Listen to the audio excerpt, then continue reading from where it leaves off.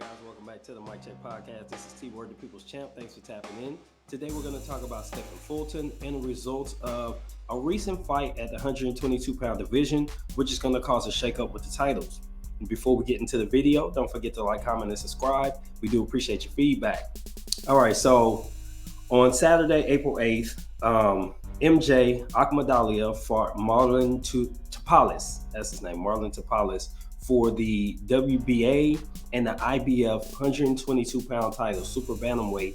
And Tapales pulled up the upset and put himself in position to battle undisputed against either Naoya Inoue or Stephen Fulton. Now, the purpose of this video is to discuss the possibility of how this can play out. So at the beginning of the day, Saturday, before the fight happened, this is pretty much what you had. If MJ was to win the fight, whoever was the winner between, well, if Inoue beat Fulton in July, Eddie Hearn stated that he was going to go ahead and schedule a fight between those two guys, between MJ and Inoue.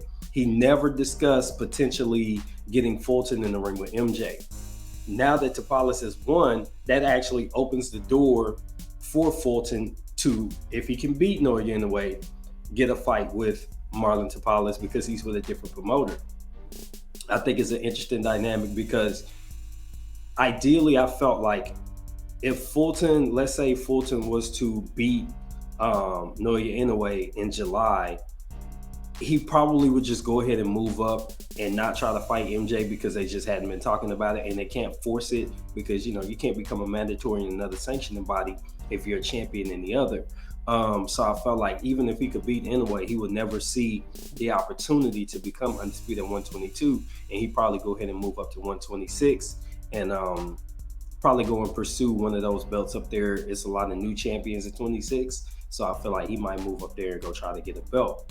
Now that Tapales is the champion, I'm not sure if he's going to try to fight like Ringside or somebody like that in the interim between Naoya Inoue and Stephen Fulton getting their fight on, but I expect him to be the guy either one of them faces for undisputed.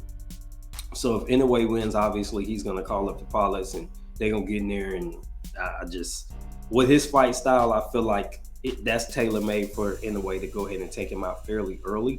I think it might be a little bit more competitive fight with Fulton, but he's going to move.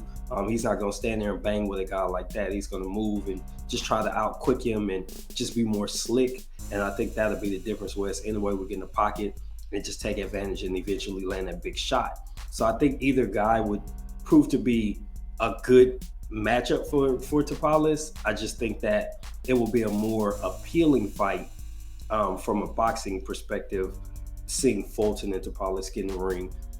But Fulton's going to need to beat the monster on July 25th.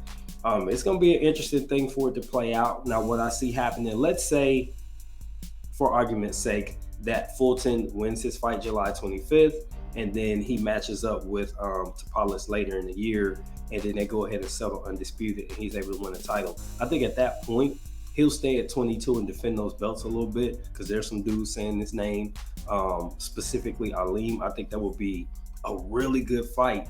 And if it's for the belts, I mean, I still would pick Fulton either way, but I think it would be a really good scrap because there's a style clash. So interested to see what you guys think about this new dynamic that has come into play.